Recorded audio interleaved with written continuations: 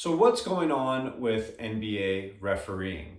You might say it's rigged, and I would say there is a possibility that that is happening. I made a video on the betting scandal, and lo and behold, I was kind of right about that, how the problem would just go away because there's an understanding between the government, the bookies, and the league on what they want to happen. And there's definitely some bias that goes on. But the level that people are talking about, I don't necessarily believe that that is all that's going on. I think there's other factors. So let's just assume that there is some sort of rigging going on. But now let's look at what actually happens during a game and who's involved in the sport. The players, the referees, who's on the court. So you've got the players, and the players, I think, are a big reason why it's so hard to officiate. Number one, they're super athletic, super fast. It's a fast-paced sport. Things happen bang, bang. It's hard to see. So even if you had 10 referees, it'd be challenging to actually get an accurate representation of a foul or not a foul and all of that, because it's happening so fast. So there's that, but there's also this athlete, that this generation's athlete is different than it's ever been. Even Michael Jordan, who was this unbelievable athlete and this unbelievable superstar, didn't have what today's athletes have. And let me explain. When Jordan was coming out of college, and he was looking for an endorsement deal, he loved Adidas. He wanted to wear Adidas shoes. And Nike was offering, there's a whole movie about this, and Nike was offering him a huge deal because they wanted him. And he went to Adidas and said, I don't want to be with Nike. I want to be with you. If you guys would just give me something close to what they're offering, you don't have to even match it. Just something close to that number for the endorsement, I'll sign with you guys. And they didn't do it. And this is Michael Jordan we're talking about. So what was that? In the 80s. In the 80s. So in 40 years, the game has changed so much, largely due to Michael Jordan. But the game has changed so much. Athletes have changed so much in that time. What's different now?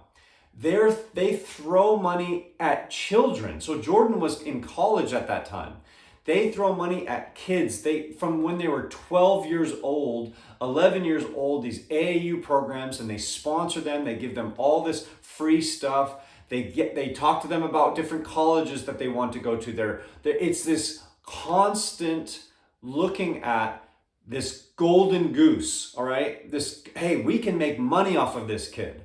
And they are constantly fawned over, and they are being told that they're this greatest thing, and they can do no wrong from a very, very young age.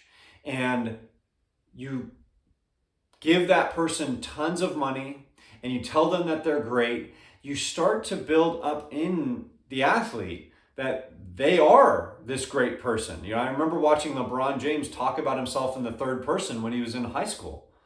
And this was before he became the superstar in the NBA. He was already this superstar. We knew about him. I was in junior high when he was in high school. And it's like we already knew about this amazing player. So this is what happens. And what does this have to do with officiating and the game? Is when you have a false sense of reality, when you don't realize that you're just another player in this game, when you think that you are God, right? Because you've been treated as God. When you think you are the king, LeBron, King James, literally that's his nickname. When you think of yourself in that way, you don't have as much self-awareness. It's just that simple. It's very hard for you to distinguish between reality when you're constantly being told that you're the greatest thing since sliced bread, when in reality, in the NBA, there's so much competition. Like I said, the guys are so good. And you not only need to have a superstar, you need to have role players, you need to have all this stuff to be able to win. It's very challenging. Any professional sport is like this. But the way that they are being talked to, it changes the dynamic of coaches. Coaches now have to be players' coaches. They can't be as hard on their players because the players will just go, I'm not playing for you.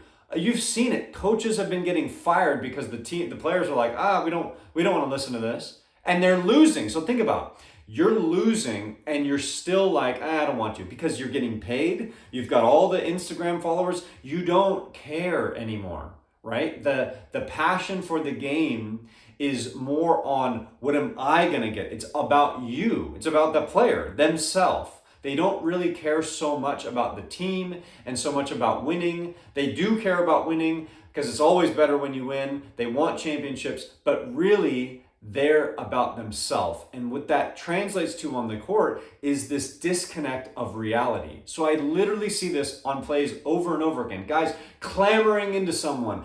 I saw a play the other day. The guy hit him right on the arm, got called for a foul, and then turned around and go, what? It's like the ball's here, right over crosses his arm. And then the guy goes, what? I bet you he believes he didn't foul the guy. And this is what I'm saying. When you don't have this sense of reality, when you think you can do no wrong because you've been told since you were 11 years old that you can do no wrong, that you're the greatest thing ever, and people are throwing money at you, and it's not even like MJ. You can name your price on anything that you want.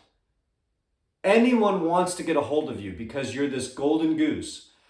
You believe it. You'd have to. It's very hard to find humble players in the NBA today. You just don't find them because they are from a very young age told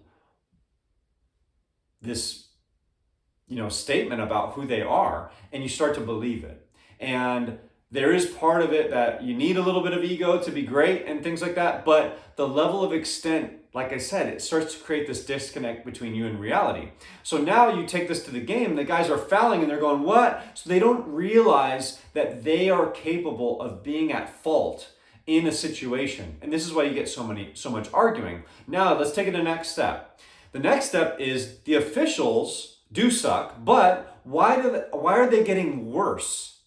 Because I believe you have this other thing with review and challenges. So the review happens, I think, at the end of quarters, the last 2 minutes or the last 2 minutes of the game, where you can review plays. If the refs are unsure, they can say, let's review. The coaches can challenge plays at any time. They get a certain number of challenges, and they can challenge the referee's judgment on the court. And so here's what happens if I'm a referee. It takes the pressure off. Well, I don't have to be as good. I don't have to be as accountable because I know that we can just review things, or a coach can challenge and we can go and look at the screen and then I find out, oh, it's wrong. And guess what? Nothing happens to me.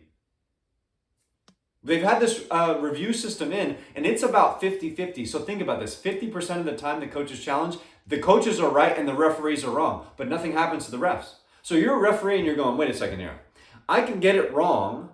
There's no punishment. As a matter of fact, if the players argue, this happened in the series before, if the players argue about calls being wrong, even though we review them and I was wrong, they get fined and nothing happens to me.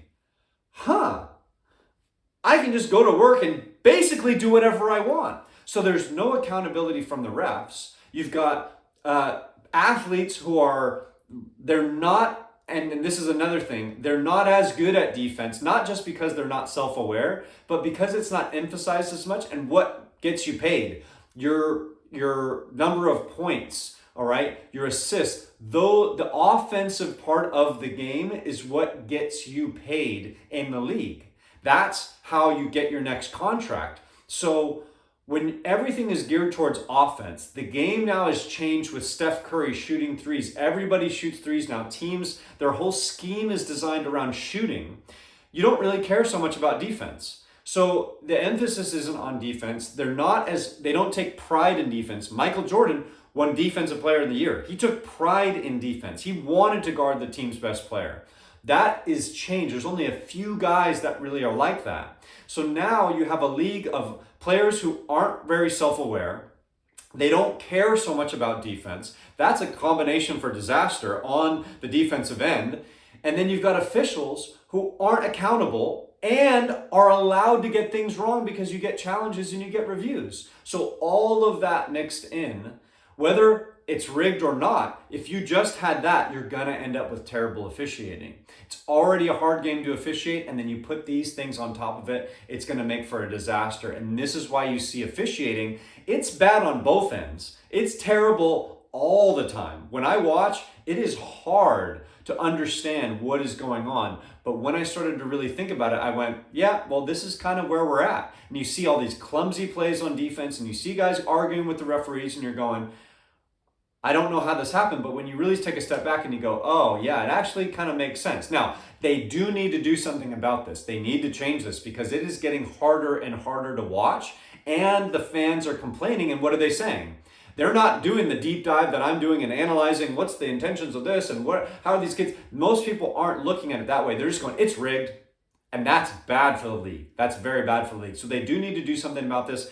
They need to have accountability from the referee standpoint. They need to have accountability from the player standpoint. And they need to start emphasizing clean, strong defense and rewarding that. And that is how you change things, okay? You can't just make everything rewarding on three-pointers and Steph Curry, right? That then pushes everyone to follow suit. And that's how you get the state that we're in right now. So that's my opinion on that. I've been thinking about this. I've been much more into the NBA recently because I think there's more parity. There's, it's not so clear cut on who's gonna win.